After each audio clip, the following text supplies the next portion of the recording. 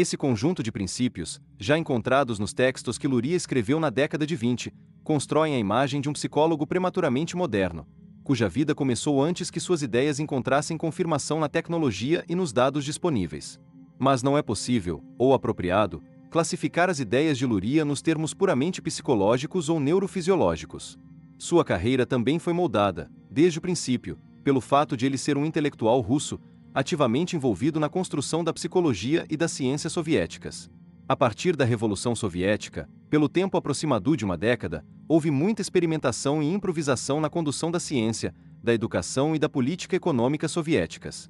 Muito menos conhecidas que as lutas políticas que se sucederam à morte de Lenin são as experimentações com novos padrões escolares, agricultura de mercado livre, modernos meios de expressão nas artes e novos ramos da ciência.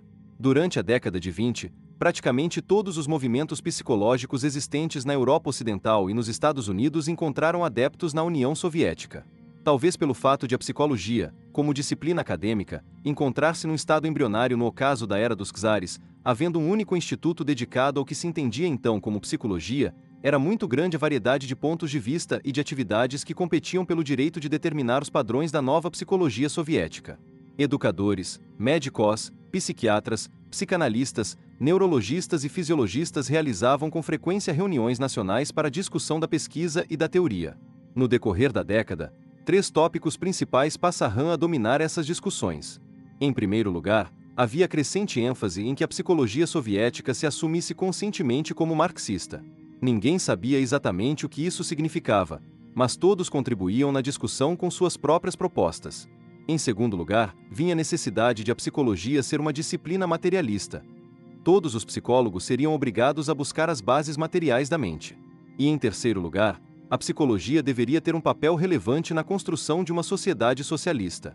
A exortação de Lenin para que a teoria fosse posta a teste na prática era uma questão urgente, tanto na economia quanto na sociedade. Ao final da década de 20, a discussão havia chegado a um ponto em que havia concordância em torno de certos princípios gerais, mas as principais conclusões não indicavam qualquer abordagem científica como modelo para as demais. Simultaneamente, com o advento da rápida coletivização da agricultura e com a aceleração crescente do desenvolvimento industrial pesado, o país passava por novas agitações sociais e econômicas. As escolas psicológicas não supriam as demandas sociais de contribuições práticas nesses setores.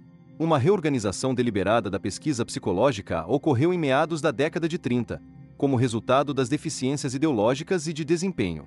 A nível particular, os eventos relacionados com essa reorganização surgiram da insatisfação advinda do uso de testes psicológicos na educação e na indústria, mas o resultado geral foi um declínio da autoridade e do prestígio da psicologia como um todo.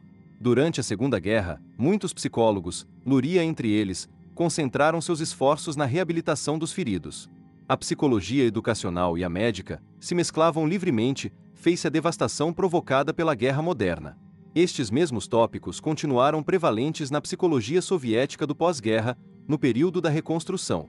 A psicologia enquanto disciplina independente permaneceu em hibernação, e a pesquisa psicológica era tratada, de uma maneira geral, como um segmento particular de outros empreendimentos científicos.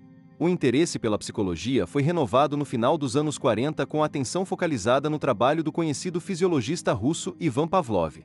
Muitos americanos conhecem Pavlov como um psicólogo, talvez porque seus métodos para o estudo dos reflexos condicionados foram adotados pela psicologia americana dos anos 20 aos 60 como uma metodologia-chave e um modelo teórico, mas Pavlov negou uma associação com a psicologia pela maior parte de sua vida.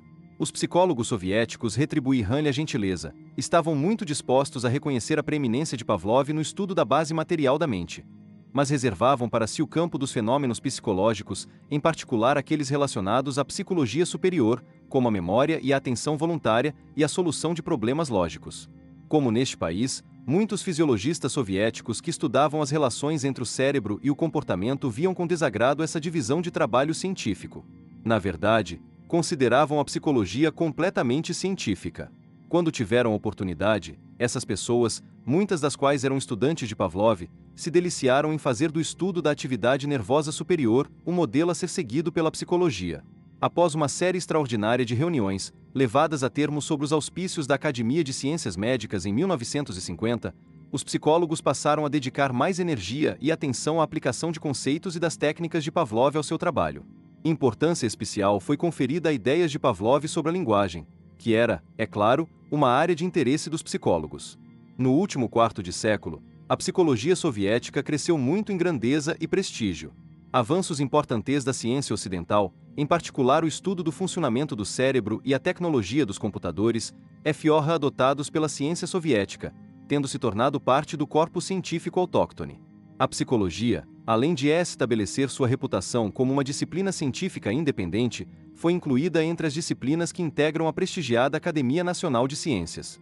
Ao longo das primeiras 6 décadas da psicologia soviética, Alexander Luria trabalhou para torná-la mais próxima do sonho de seus fundadores, um estudo marxista do homem, a serviço do povo de uma sociedade democrática e socialista. Na busca desse objetivo, Luria viveu experiências pioneiras no contato com problemas e insights acumulados pela psicologia em todo o mundo, desde o seu princípio, há 100 anos atrás. Seu trabalho é um monumento à tradição intelectual e humanista, ápice da cultura humana, que ele buscou entender e aperfeiçoar. Construção da mente. 1. Aprendizado. Comecei minha carreira nos primeiros anos da Grande Revolução Russa. Este acontecimento único e importantíssimo influenciou decisivamente a minha vida e a de todos que eu conhecia. Comparando minhas experiências com as de psicólogos americanos e ocidentais, vejo uma importante diferença. Muitos psicólogos europeus e americanos possuem dons pessoais e extraordinários. Como outros bons cientistas, realizaram descobertas importantes. Mas muitos passaram suas vidas num ambiente externo relativamente calmo e constante. Suas histórias refletem o curso de seu trabalho, e as pessoas e os fatos que os conformaram.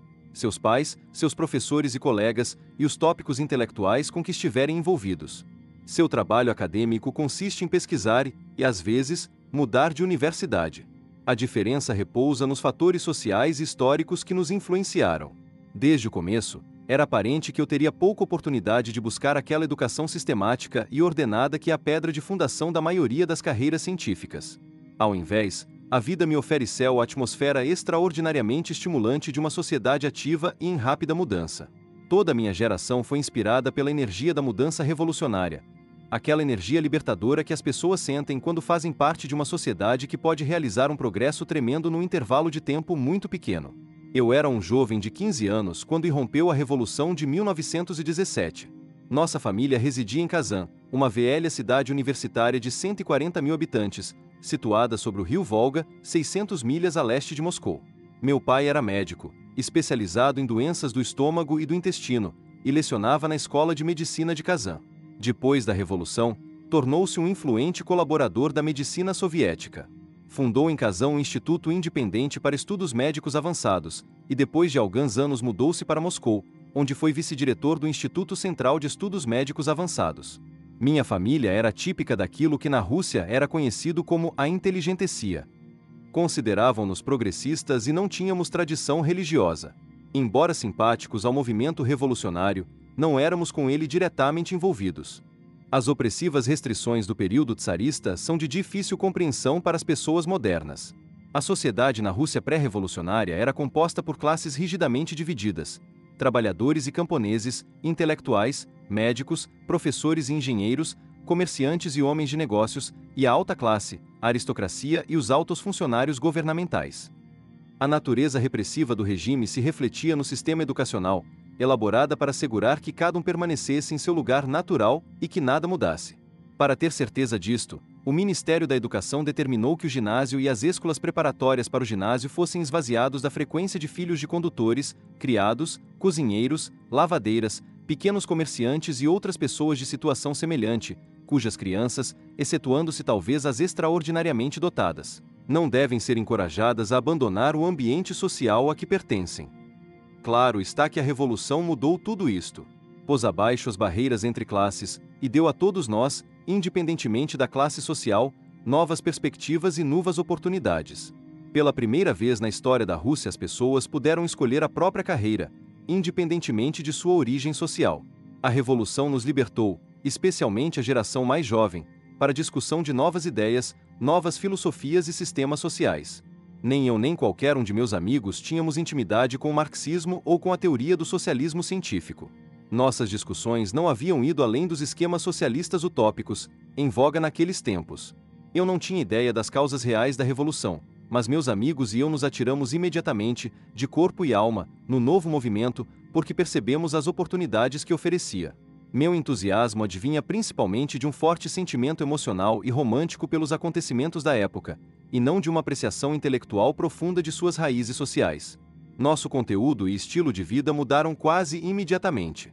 Ao invés da cuidadosa procura de um apoio para pôr os pés sobre a vida, nos defrontamos repentinamente com muitas oportunidades de ação, uma ação que ia muito além de nosso pequeno círculo familiar e de amizades. Os limites de nosso restrito mundo particular foram estilhaçados pela Revolução, e novas paisagens se abriram perante nossos olhos. Fomos arrebatados por um grandioso movimento histórico. Nossos interesses pessoais foram consumidos em favor das metas mais amplas de uma nova sociedade coletiva. A atmosfera que se seguiu imediatamente à Revolução proporcionou a energia para muitos empreendimentos ambiciosos. Uma sociedade inteira havia sido liberada para direcionar seus poderes criativos à construção de uma nova vida para todos. A excitação geral, que elevava a atividade a níveis altíssimos, não conduziu, todavia, à investigação científica sistemática e altamente organizada. Estas novas condições mudaram imediatamente o curso de minha educação.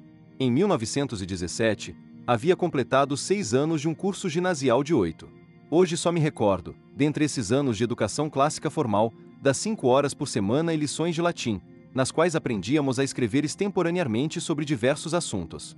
A prática do latim me foi útil no aprendizado do inglês, francês e alemão. Não completei o curso ginasial regular. Ao invés, consegui meu diploma em 1918, junto com muitos colegas, fazendo um curso reduzido. Entrei então na Universidade de Kazan, onde a situação estava especialmente caótica. As portas da universidade haviam sido abertas a todos os graduandos das escolas secundárias, sem levar em conta quão bem ou mal preparados estavam. Milhares de estudantes entraram, mas a universidade não estava em condições de dar-lhes educação. Naqueles tempos, havia escassez de todos os gêneros. Talvez a mais importante fosse a escassez de professores preparados para ensinar sob as novas condições. Alguns professores mais velhos e conservadores se opunham à revolução. Outros, que se dispunham a aceitá-la, não tinham ideia de sua importância em relação ao que era ensinado e como. O currículo tradicional incluía disciplinas como a história do direito romano e a teoria de jurisprudência para a sociedade pré-revolucionária, e que agora, é óbvio, haviam se tornado inadequadas. Mas ninguém havia ainda decidido como seriam os novos programas, e nossos professores estavam confusos. Recordo-me dos esforços patéticos empreendidos por um professor de direito romano, na tentativa de adaptar-se à nova situação. Ele mudou o nome de sua disciplina para as bases sociais do direito, mas as tentativas que fez no sentido de modernizar as aulas foram completamente infrutíferas. A confusão era pequena nas escolas de medicina, física, matemática e química, mas era gritante nas ciências sociais, onde eu estudava. Neste contexto, as discussões estudantis e os projetos preparados por estudantes passaram a dominar as aulas dos professores. Havia inúmeras reuniões de grupos de estudantes e associações científicas, onde eram discutidos assuntos gerais, especialmente política e a conformação da sociedade futura.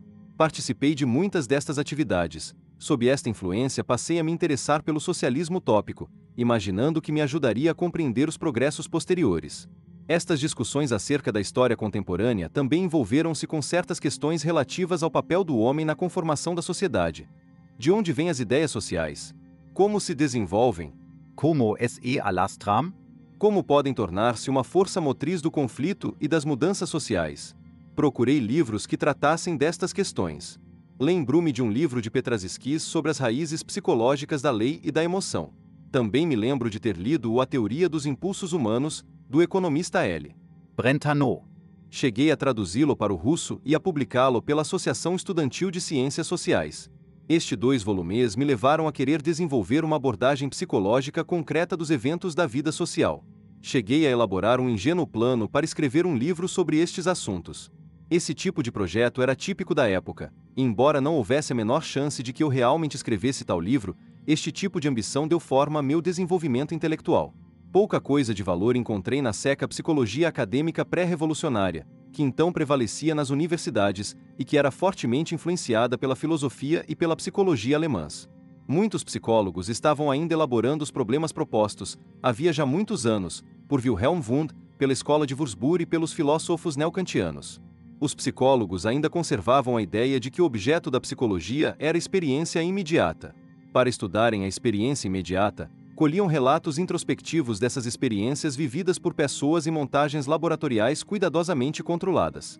As afirmações destas pessoas sobre o que haviam sentido eram então analisadas, na tentativa de se descobrirem os elementos básicos da mente e sua forma de combinação. Esta abordagem conduzia invariavelmente a intermináveis discussões, em parte porque não havia acordo acerca do que eram os elementos mentais básicos, independentemente do cuidado tomado na condução dos experimentos. Esta psicologia não me atraía por outras razões também. As teorias clássicas alemãs acerca da combinação de associações tinham uma ligação muito forte com as ideias de leis de associação, que se originaram com os antigos gregos. Recordo-me de ter simpatizado com Harold Ofgin, que propunha que as leis de associação não explicavam a memória. Seu argumento era forte. Se dois elementos, A e B, são associados por ocorrerem simultaneamente, através de que mecanismo poderia uma nova experiência a evocar a memória de B? Wundt diria que A é associado a A, e por isso evoca a memória de B. Mas se A está ocorrendo pela primeira vez, como poderia ser associado a A? A resposta seria que A e A são de alguma maneira semelhantes. Mas não haveria base para que se estabelecesse a relação de semelhança até que as associações entre A e A já estivessem estabelecidas. Mesmo criticando os pontos fracos do associacionismo simples, Ofgin aceitava os métodos, então em voga, de coleta e análise de dados psicológicos.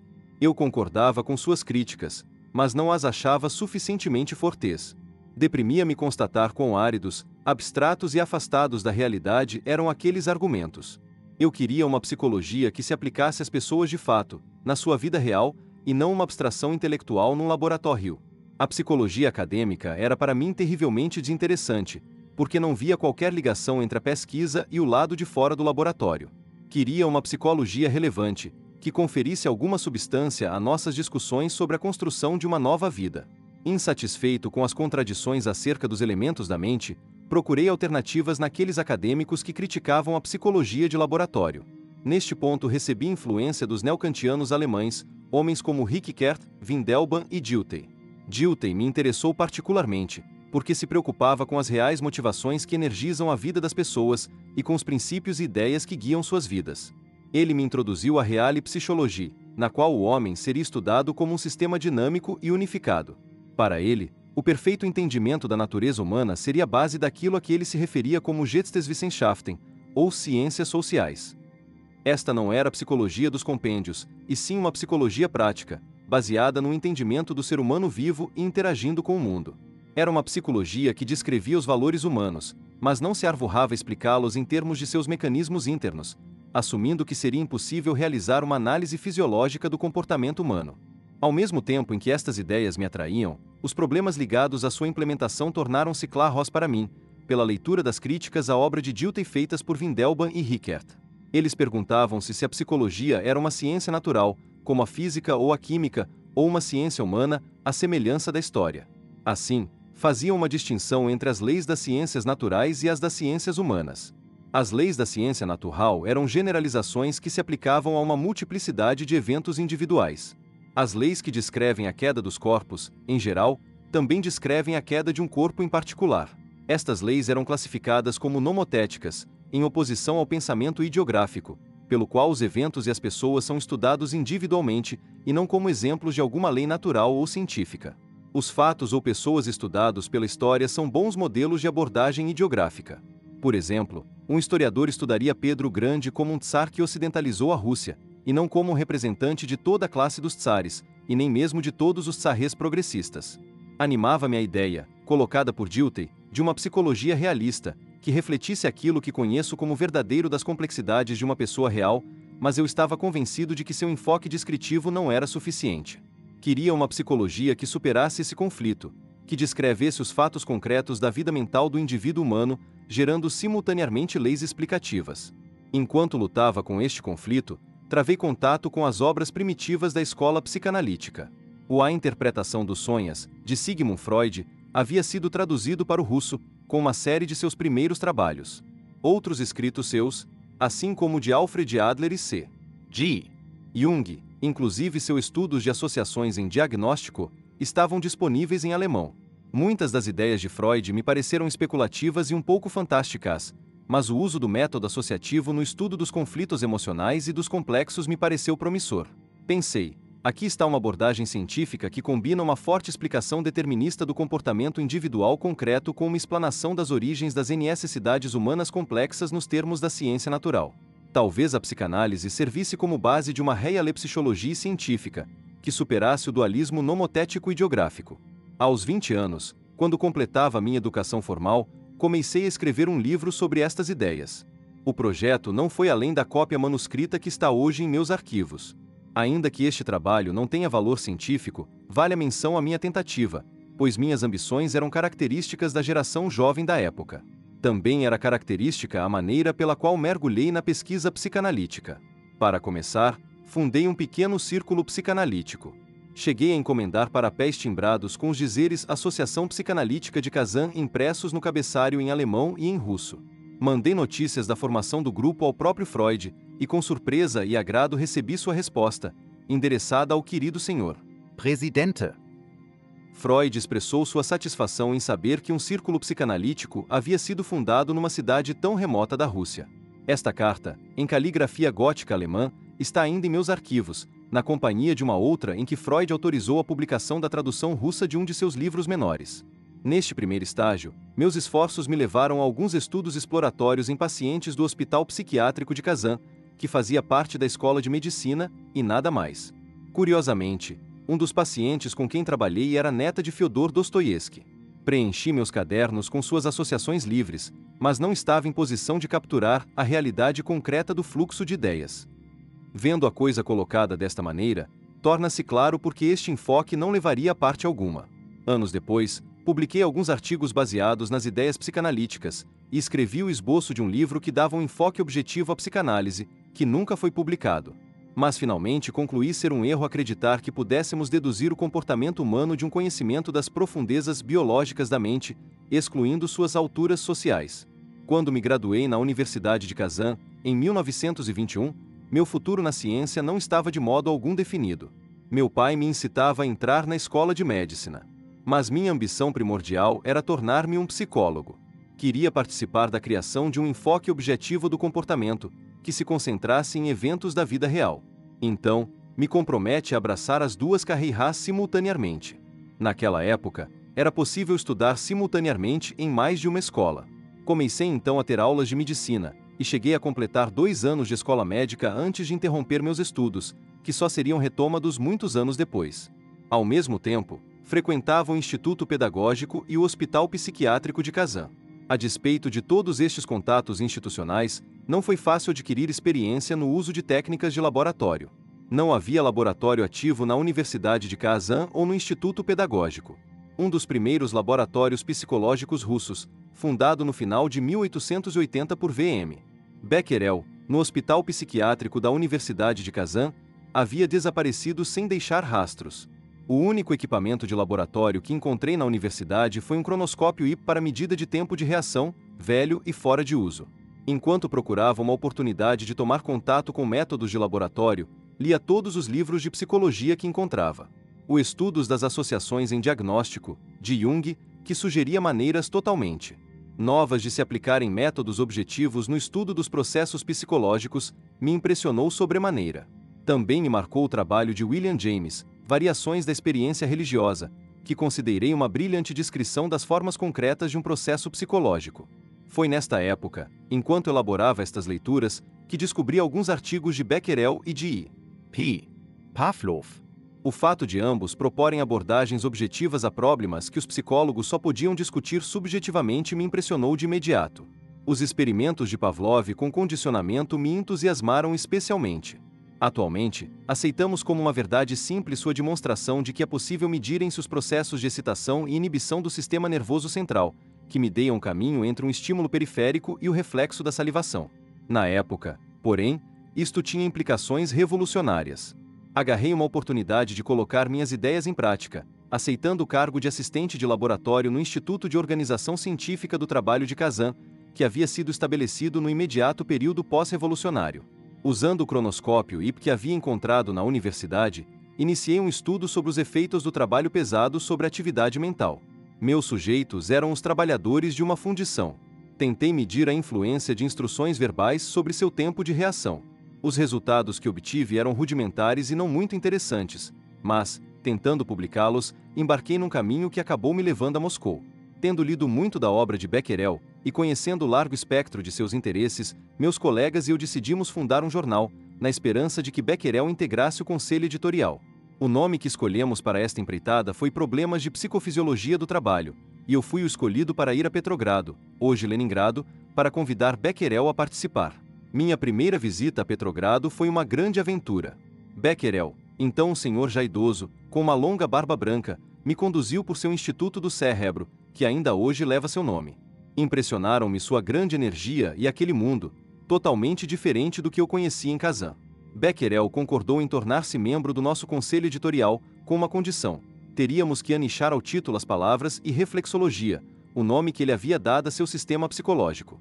De pronto aceitamos, e Becquerel tornou-se um dos editores-chefe. O outro era um venerável fisiologista da Universidade de Kazan, N. E. Myslawski, que na verdade nada tinha a ver com psicologia, trabalho ou reflexologia. Havia escassez de papel naquela época, e eu emprestei alguns pacotes de papel amarelo de uma fábrica de sabão para imprimir a primeira edição do jornal. Esta atividade empreendedora acadêmica teve consequências que eu não havia previsto: o final de meu aprendizado científico em Kazan e um convite para ir a Moscou.